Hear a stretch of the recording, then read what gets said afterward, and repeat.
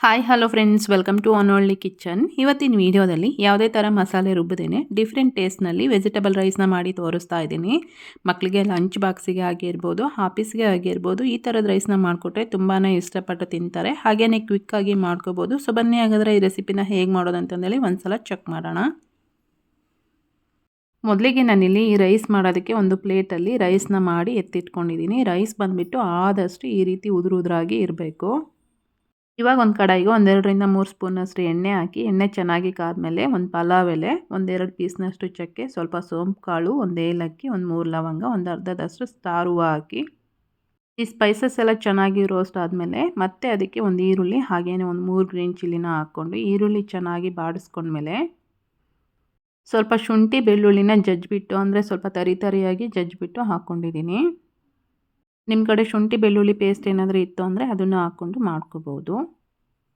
ಶುಂಠಿ ಮತ್ತು ಬೆಳ್ಳುಳ್ಳಿ ಪೇಸ್ಟ್ ಹಾಕಿದ್ಮೇಲೆ ಅದರಲ್ಲಿರ್ತಕ್ಕಂಥ ಹಸಿ ಸ್ಮೆಲ್ಲೆಲ್ಲ ಹೋಗೋವರೆಗೂ, ಅಂದರೆ 1-2 ನಿಮಿಷ ಫ್ರೈ ಮಾಡ್ಕೊಂಡ್ಮೇಲೆ ಒಂದು ಟೊಮೆಟೊನ ಕಟ್ ಮಾಡಿ ಹಾಕ್ಕೊಂಡಿದ್ದೀನಿ. ಟೊಮೆಟೊ ಸ್ವಲ್ಪ ಸಾಫ್ಟ್ ಆಗ್ತಾ ಇರಬೇಕಾದ್ರೆ ರುಚಿಗೆ ತಕ್ಕಷ್ಟು ಉಪ್ಪು, ಹಾಗೆಯೇ ಸ್ವಲ್ಪ ಪೆಪ್ಪರ್ ಪೌಡರು, ಚಿಲ್ಲಿ ಪೌಡರು, ಅರಿಶಿನ, ಗರಂ ಮಸಾಲ, ಧನಿಯಾ ಪೌಡರು ಇವೆಲ್ಲವನ್ನ ಹಾಕಿ ಒಂದ್ಸಿ ಇದನ್ನು ಈ ರೀತಿ ಮಿಕ್ಸ್ ಮಾಡ್ಕೊಂಡ್ಮೇಲೆ ಈ ಪೌಡರ್ಗಳೆಲ್ಲ ಹಾಕಿದ ಮೇಲೆ ತಳ ಹಿಡಿಯೋ ಚಾನ್ಸಸ್ ಜಾಸ್ತಿನೇ ಇರುತ್ತೆ. ಅದಕ್ಕೆ ನಾನೊಂದು 1/4 ಕಪ್ಪಷ್ಟು ನೀರನ್ನು ಹಾಕ್ತಾಯಿದ್ದೀನಿ. ನಾವು ಮನೇಲಿ ಪಲಾವ್ ಮಾಡ್ತಾ ಇದ್ದೀವಿ ಅಂದರೆ ಅದಕ್ಕೆ ಮಸಾಲೆ ಜೋಡಿಸ್ಕೋಬೇಕು, ರುಬ್ಕೋಬೇಕು, ಸ್ವಲ್ಪ ಎಕ್ಸ್ಟ್ರಾನೇ ಟೈಮ್ ತೊಗೊಳುತ್ತಲ್ವ. ಇದಕ್ಕೆ ಹಾಗಾಗಲ್ಲ. ಒಂದು 10ರಿಂದ 15 ನಿಮಿಷದಲ್ಲಿ ನಾವು ಈ ರೆಸಿಪಿನ ರೆಡಿ ಮಾಡ್ಕೋಬೋದು. ನೀರು ಹಾಕಿ ಸ್ವಲ್ಪ ಹೊತ್ತು ಬೇಯಿಸ್ಕೊಂಡ್ಮೇಲೆ ಇವಾಗ ಇದಕ್ಕೆ ಕಟ್ ಮಾಡಿ ಇಟ್ಕೊಂಡಿರೋಂಥ ಒಂದು ಆಲೂಗಡ್ಡೆ, ಹಾಗೆಯೇ ಒಂದು ಕ್ಯಾಪ್ಸಿಕಮ್ಮು, ಸ್ವಲ್ಪ ಬೀನ್ಸು, ಸ್ವಲ್ಪ ಕ್ಯಾರೆಟ್ನ ಸೇರಿಸ್ಕೊಂಡು ಮತ್ತೆ ಒಂದು ಸಲ ಚೆನ್ನಾಗಿ ಮಿಕ್ಸ್ ಮಾಡ್ಕೊಂಡ್ಮೇಲೆ ಈ ತರಕಾರಿ ಎಲ್ಲ ಬೇಯೋದಕ್ಕಂತಂದೇಳಿ ಮತ್ತೆ ಸ್ವಲ್ಪ ನೀರು ಹಾಕಿ ಒಂದು ಸಲ ಚೆನ್ನಾಗಿ ಈ ರೀತಿ ಮಿಕ್ಸ್ ಮಾಡ್ಕೊಂಡ್ಮೇಲೆ ಈ ತರಕಾರಿನ ನಾವು ಒಂದು 70% ಬೇಯಿಸ್ಕೊಂಡ್ರೆ ಸಾಕು. ತುಂಬ ಸಾಫ್ಟಾಗಿ ಬೇಯಿಸ್ಕೊಂಡ್ರೆ ರೈಸ್ ಅನ್ನೋದು ಅಷ್ಟು ಟೇಸ್ಟಾಗಿ ಬರಲ್ಲ.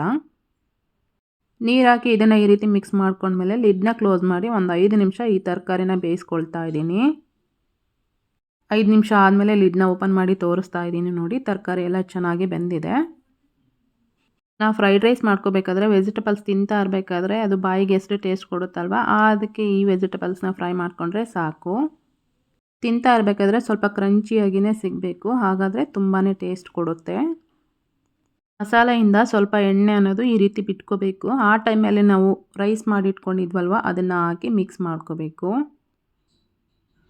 ಯಾವಾಗಲೂ ಮಸಾಲೆಗಳನ್ನ ಹಾಕ್ಕೊಂಡು ರುಬ್ಕೊಂಡು ಮಾಡ್ತಾ ಇರ್ತೀವಲ್ವ, ಡಿಫ್ರೆಂಟಾಗಿ ಈ ಥರನೂ ಒಂದು ಸಲ ಟ್ರೈ ಮಾಡಿ, ತುಂಬಾ ಟೇಸ್ಟ್ ಕೊಡುತ್ತೆ. ರೈಸ್ ಹಾಕಿದ್ಮೇಲೆ ನೀಟಾಗಿ ಮಿಕ್ಸ್ ಮಾಡಿಕೊಂಡು ಕೊನೆಯದಾಗಿ ಇದಕ್ಕೆ ಸ್ವಲ್ಪ ಒಂದು ಅರ್ಧದಷ್ಟು ಲೆಮನ್ನ ಸೇರಿಸ್ಕೊಳ್ತಾ ಇದ್ದೀನಿ. ನಿಮಗೆ ಹುಳಿ ಎಷ್ಟು ಬೇಕೋ ಅಷ್ಟು ನೋಡಿ ಹಾಕ್ಕೊಳ್ಳಿ. ಈಗ ಫೈನಲ್ ಆಗಿ ಸ್ವಲ್ಪ ಕೊತ್ತಂಬರಿ ಸೊಪ್ಪನ್ನು ಈ ರೀತಿ ಗಾರ್ನಿಷ್ ಮಾಡಿಕೊಂಡ್ರೆ ರೈಸ್ ಅನ್ನೋದು ರೆಡಿ ಆಯಿತು. ಈ ರೈಸ್ ಬಿಸಿ ಇರಬೇಕಾದ್ರೇ ಒಂದು ಪ್ಲೇಟಿಗೆ ಸರ್ವ್ ಮಾಡಿಕೊಂಡು ಇದ್ರ ಜೊತೆಗೆ ಒಂದು ಮಿರ್ಚಿ ಆಗಿರ್ಬೋದು ಅಥವಾ ಏನಾದರೂ ಸೈಡ್ಸ್ ಇಟ್ಕೊಂಡು ತಿಂತಾಯಿದ್ರೆ ತುಂಬಾ ಚೆನ್ನಾಗಿರುತ್ತೆ. ಸೊ ನೋಡಿದ್ರಲ್ವಾ, ಇವತ್ತಿನ ರೆಸಿಪಿ ನಿಮಗೆಲ್ಲ ಇಷ್ಟ ಆಗಿದೆ ಅನ್ಕೋತೀನಿ. ಇಷ್ಟ ಆಗಿದರೆ ಈ ವಿಡಿಯೋಗೆ ಒಂದು ಲೈಕ್ ಮಾಡಿ, ಕಮೆಂಟ್ ಮಾಡಿ, ಹಾಗೆಯೇ ಶೇರ್ ಮಾಡೋದನ್ನು ಸಹ ಮರಿಬೇಡಿ.